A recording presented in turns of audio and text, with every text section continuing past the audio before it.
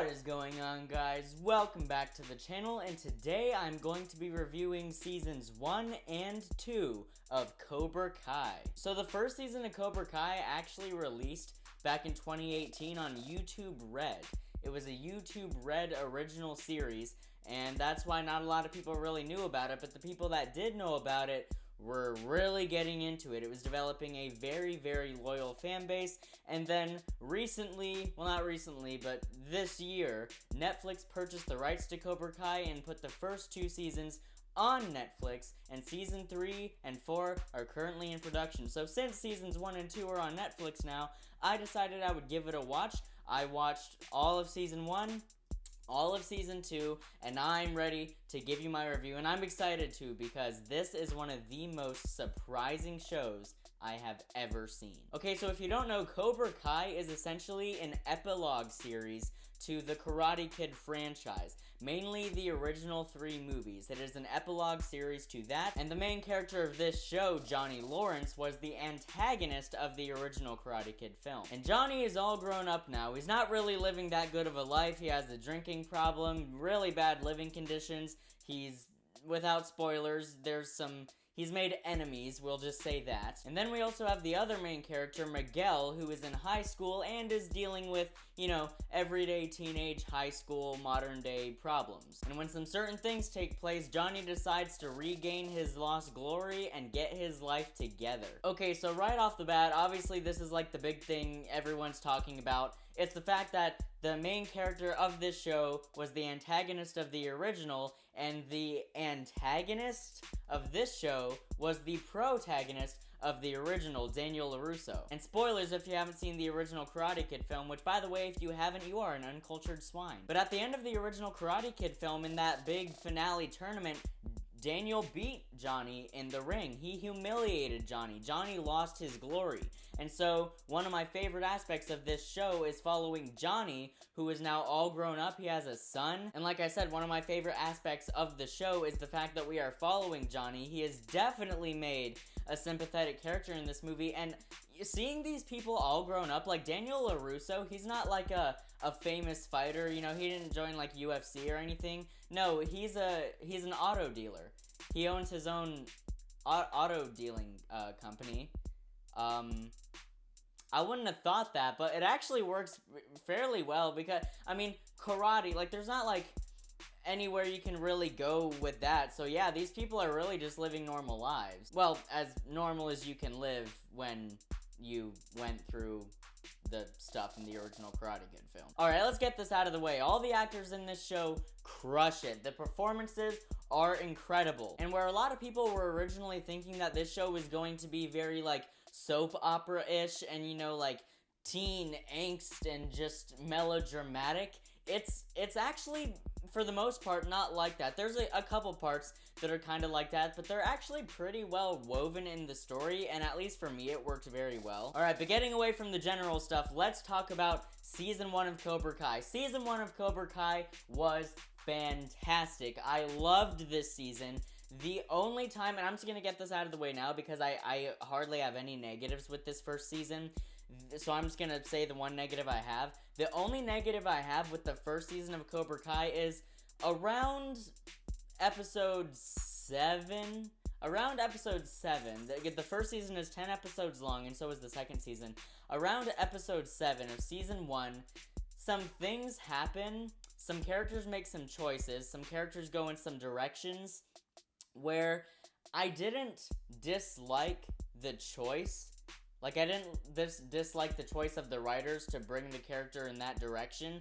I just think it could have used a few more episodes to maybe develop it more, because like in episode 6, the character is in one place, and then in episode 7, they just go to a completely different place, but it doesn't really feel like a fully realized arc. It feels like it kind of just happened and they're just in this other place now. Like, I liked the arc in theory, but it wasn't a very well developed arc in my opinion, and that's just for one character in one small event.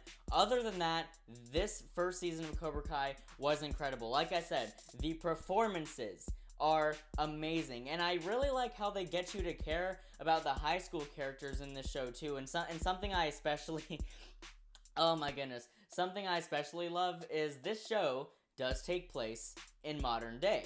So they incorporate some modern day things in there, like when Johnny is, instructing some of these students, he uses some language and he uses some phrases that they're like, you can't really, you shouldn't say that. It, like, reinforces, like, gender stereotypes and everything. And then seeing Johnny react to that, he's a very stuck in the past person. It doesn't feel like he ever left the 80s. He's just stuck in his past. He can't let it go. But yeah, even though the show makes the character of Johnny Lawrence, very sympathetic and honestly pretty likable, they didn't only focus on that. They also cared about the high school characters. I've heard a lot of criticisms that people are really not liking, like, some of the high school teen drama that's going on here, and that a lot of it just isn't realistic at all. Let me tell you, as someone who is currently in high school and who has had many situations with friends, teenagers today, like, in 2020, they're horrible. And I know I am a teenager in 2020. I guess I must be horrible too. I mean, I guess it's subjective, but all I'm saying is when people, criticize some of the things the high school characters in this show say, it's actually more of a positive for me, because I'm like, yeah, we really do say really dumb stuff like that sometimes. And I think the writers knew that. I think that's exactly what they were going for. Plus, it's the Karate Kid.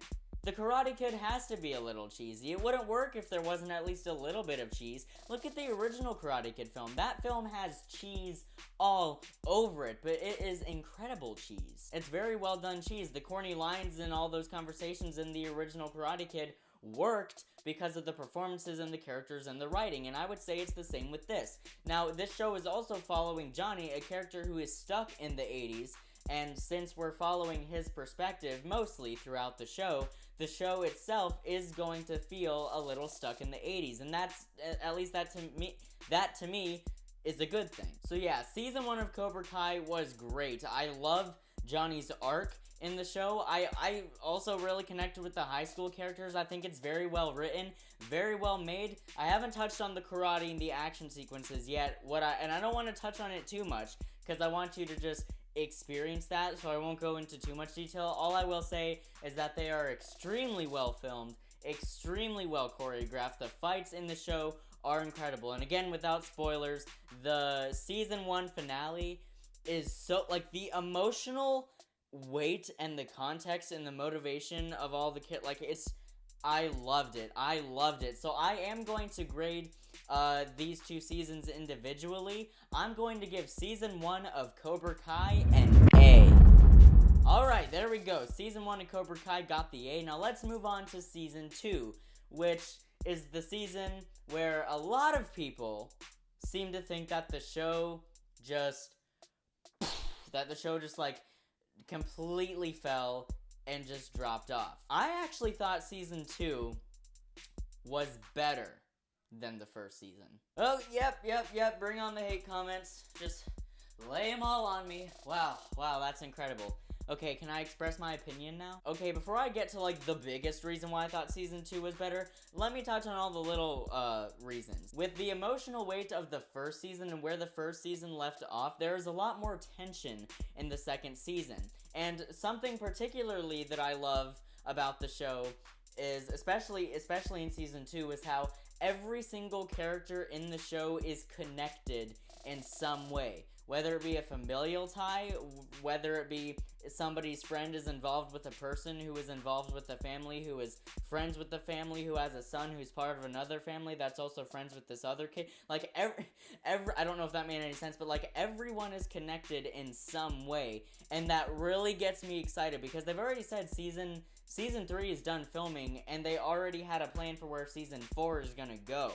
And which makes me think that season 4 is going to be the final season, and it gets me excited, because why else would they make very, very closely sure that everyone is connected unless they were going to have the finale of season 4 be this big thing where every single character is in one location and, there's a fight or, like, some kind of finale. Like, I can kind of see where that's going, but I want that.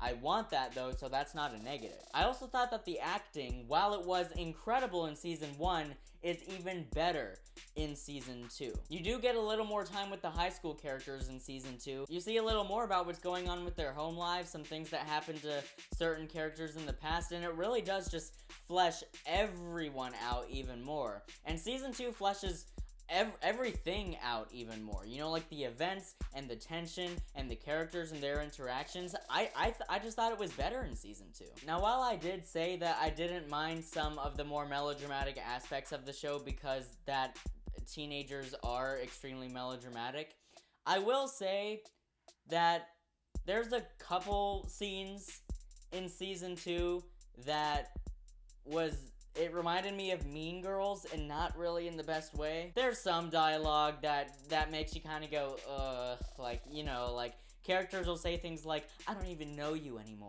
Or like, it's not you, it's me. I mean, they don't say it that bad. Like, the performance is still good. Some of the writing, though, you know, I mean, it could have been a little improved, but honestly, like, I don't really care. I don't really care because the performance is so good. And the direction is so good, and the relationships, and the aspect of how everyone is connected, and how it's all, I can feel it all building up. Everything is too well done for me to care, like, too much about that, and I really don't. There's some spoilers that I really want to talk about, but I mean, I can't talk about them. This is a spoiler-free review. What I will say is there are some characters that enter season 2 of the show that they bring back from the original Karate Kid film. Some characters that we haven't seen in a very, very long time. Particularly some of Johnny's friends. Some of Johnny's friends from the original Karate Kid return in season 2. And that episode, by the way, no spoilers, but the way that episode where Johnny was talking with that one friend of his by the campfire, the way that episode wrapped up, because I loved the show up until then, but that moment was the first moment in the show where I was like, whoa, this just got serious. These stakes were just raised so much higher, and I loved that. And that, right there, viewers, is the segue into what I was talking about way earlier in this video with the biggest reason why I think season 2 is better. And that is the stakes. Let's get to the season 2 finale. No spoilers whatsoever. For a lot of people, this finale made or broke the show. I personally loved it. I loved the season 2 finale. It was so great. Again, I can't go into too much detail, but let's just say that this episode has the most, like, karate fighting out of the entire series, and the most tense interactions, and the most fleshed out and heavy emotional context between these characters that the show has ever had. And I'm actually kind of at a loss for words. I adored it. I adored it so much. This is by far the best directed episode of the series, in my opinion, as well. In fact, I should probably get this out of the way. The season 2 finale is actually my favorite episode of the entire show so far. And like I said, that's because it really does raise the stakes. My goodness, there's so many spoilers I want to talk about, but I can't. All I can say is that it really raises the stakes, and the way, like, the final shot, they use the song Cruel Summer, the cover by Carrie Kimmel.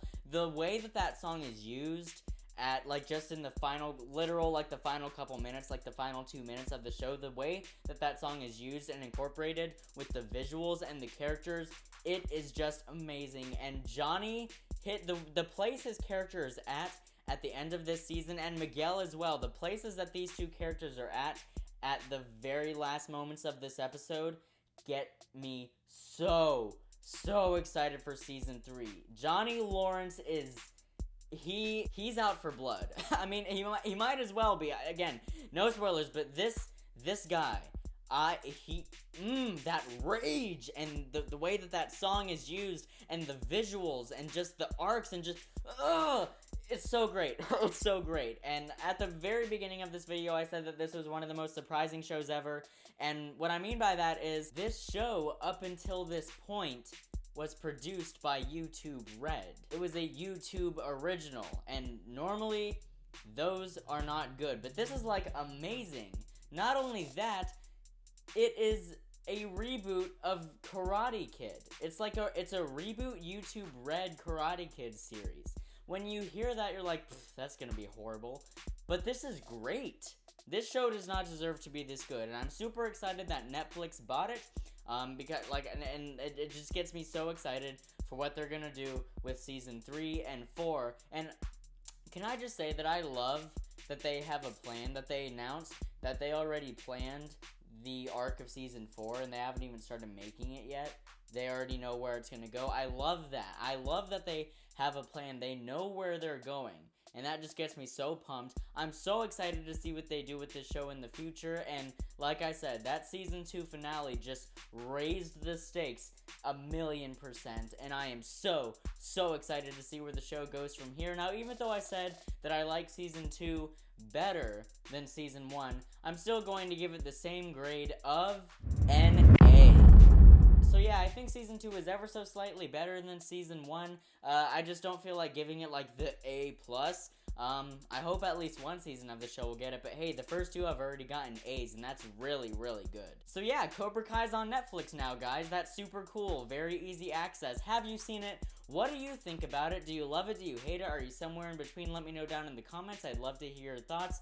Thanks so much for watching, guys. It really does mean a lot. I'll see you in the next video, and until then, keep writing, keep shooting, and keep editing. And spoilers if you've never seen the original Karate Kid film, but if you haven't, you're a menace to society.